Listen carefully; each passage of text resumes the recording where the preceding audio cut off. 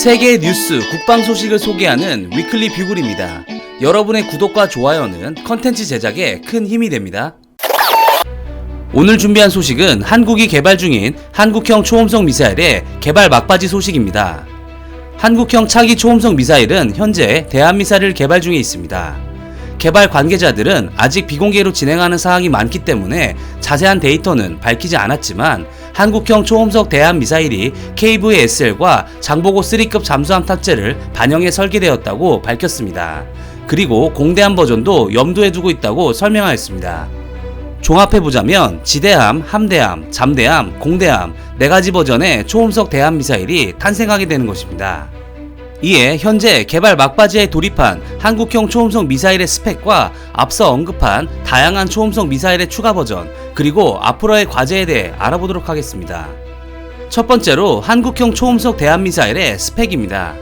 한국형 초음속 대한미사일은 러시아의 초음속 미사일 P-800 야온투의 구조 형태와 설계를 그대로 받아들이고 있으며 총 전장은 6.6m 이하, 최대 직경은 53cm 수준이고 발사 총 중량은 1.5톤 수준으로 알려지고 있습니다. 이는 야온투의 약 70% 정도의 최적의 중량은 절반 이하에 해당합니다. 그리고 수상한 목표 타격까지 소요시간은 15분 이하, 지상 표적도 타격이 가능한 강화형 관통탄두 채용 등을 고려하고 있습니다. 참고로 이순신급과 세종대왕급에 장착된 한국형 수직 발사기는 미국의 마크 41 수직 발사기와 비교해 컨테이너 가로 세로 폭은 거의 차이가 없지만 통상적인 미국의 마크 41 수직 발사기의 길이가 6.7m인 것과 비교해 한국형 수직 발사기는 보다 대형화된 한국형 무기체계를 고려해 전장이 8m가 넘는 긴 컨테이너 구조를 채택하여 한국형 초음속 대한미사일이 탑재될 수 있음은 물론 차후에 개발될 한국형 신무기들을 얼마든지 탑재할 수 있게 설계하였습니다. 한국형 초음속 대한미사일은 앞서 설명한 것처럼 러시아 P-800 야온투 기술체계를 받아들인 결과 야온투와 동일한 IRR 추진체계를 채용하였습니다. 그리고 한국형 초음속 대한미사일에 적용한 야온투형 공기흡입구는 비행속도와 자세에 따라 노즐 형태를 변경하는 가변 노즐을 사용하여 흡입구의 압력 손실을 의도적으로 조정해 공기흡입량을 조절할 수 있습니다.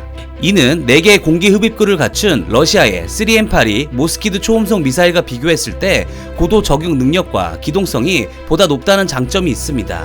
한국형 초음속 대한미사일의 자세한 스펙의 공개가 아직 된 상태가 아니지만 야온투에 비추어 볼 때 최대 속도는 13km 이상 고고도에서는 마하 2.6에서 3 이상, 750m 이상의 순항 고도에서는 마하 2.3 이상, 10에서 15m의 저고도에서는 마하 2 수준입니다. 그리고 최대 사거리는 고고도를 유지하다 표적 탐지 위치에서 저고도로 전환할 경우 약 300km이며 발사 직후부터 저고도를 유지할 경우 120km로 예측해 볼 수 있습니다. 당연히 새로 개발하는 만큼 동동 이상의 스펙을 갖출 것이라고 관계자들은 예측하고 있습니다. 그럼 한국형 초음속 대한미사일은 어떠한 탐색 기능을 가지고 있을까요? LIG 넥스1이 이미 프로토타입으로 개발을 완료한 다중모드 탐색기입니다. 이는 SSM-710K 해성 대한미사일에 장착된 쿠밴드 레이더를 기반으로 추가로 적외선 센서 및 가시광선 센서를 통합시킨 모델입니다. 해성 대한미사일의 쿠밴드 레이더는 한국이 개발한 가장 발전된 모델이며 복잡한 해안선에 숨은 소형 고속정을 탐지 및 격파할 수 있는 능력을 시험을 통해 증명하였습니다. 요즘 현대전에서는 다양한 기만 체계와 전자재밍 체계가 개발되면 물론 레이더의 사용은 자신의 존재를 폭로할 수 있습니다. 그래서 한국형 초음속 미사일은 230/240급 해상도에 3에서 5 마이크로미터 대역을 탐지하는 냉각형 FPA 방식의 시커를 장착하고 있습니다. 적외선 센서는 전자전과 체프, 디코이 등에 교란당하지 않으며 자신을 노출시키지 않고 수동 탐색이 가능함은 물론 필요시 지상 표적을 타격하는 용도로도 사용할 수 있습니다. 또한 한국형 초음속 미사일은 강력한 데이터 링크 능력을 활용해 다양한 임무를 수행할 수 있도록 개발되고 있습니다. 이는 러시아 야온투의 우수한 데이터 링크 능력을 참고하여 개발하는 것으로 이 또한 야온투의 성능으로 한국형 초음속 미사일의 데이터 링크 성능을 엿볼 수 있는데 야온투는 다수의 경로점을 사용하는 기동은 물론 자체적인 선의 탐지 모드를 가져 표적을 한번 놓쳐도 반전에 재공격이 가능합니다. 그리고 탐지 표적에 따라 능동 레이더 및 수동 전파 탐지 공격 모드를 선택할 수도 있고, 사거리를 최대한 살려 고고도에서 내려 찍는 형태의 하이 다이브와 극단적인 초저공 시스키밍도 함께 지원합니다.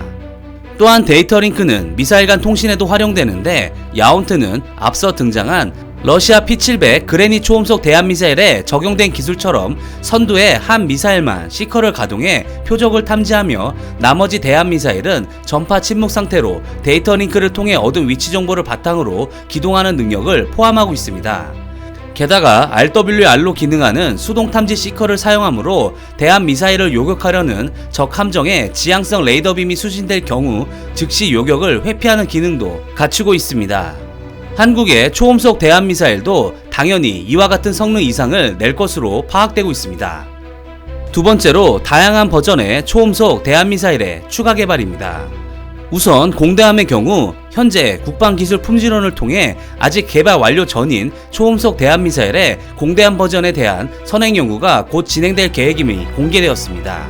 한국형 초음속 대한미사일의 무게는 약 1.5톤이 예상되는데, 이를 F-15K나 KF-X에 장착하는 것이 가능할 것인가에 대한 의문이 있는데요. 우선 F-15K의 경우 미국이 무장 통합을 허가한다면 얼마든지 가능하며, KF-X의 경우는 1.3톤 수준의 한국형 공대지 미사일 2발을 운영할 수 있으므로 중량을 1.3톤 이하로 낮춘다면 충분히 가능하다고 보고 있습니다. 다만 F-15K의 경우 미국의 무장통합 승낙이 필요한데, 이는 타우러스 사례를 보았을 때 미국이 특별히 거부할 이유가 없다고 판단하고 있습니다. 잠대함의 경우 장보고 3급에 탑재하는 것인데요. 장보고 3급은 SLBM을 발사할 수 있는 대형 수직 발사기 체계를 갖추고 있어 이를 응용해 초음속 잠대함 미사일을 발사하는 것은 크게 어렵지 않을 것입니다. 세 번째로, 앞으로의 과제입니다. 한국은 조만간 한국형 초음속 대한미사일을 개발 완료해 가까운 시일 내에 실전 배치를 할 것으로 예상되고 있습니다. 하지만 이를 제대로 운영하기 위해서는 사거리를 보다 늘려야 할 것이며, 무엇보다 적의 함대 위치를 실시간으로 파악할 수 있는 정찰 능력이 필요합니다. 한국은 현재 425 위성 사업을 통해 2023년까지 4개의 SAR 위성을 발사할 계획입니다.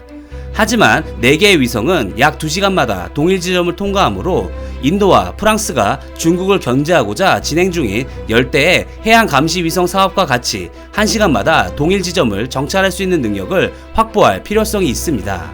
많은 전문가들의 입장을 보면 인도와 프랑스의 해양 감시 위성 사업에 공동 참여를 하는 것이 가장 좋은 대안이 될 것 같습니다. 한국형 초음속 대한미사일이 실전 배치되어 한반도 주변국들이 한국 영해에서의 도발을 엄두도 내지 못할 날을 기대해봅니다. 이상 위클리 비굴이었습니다. 시청해주셔서 감사합니다.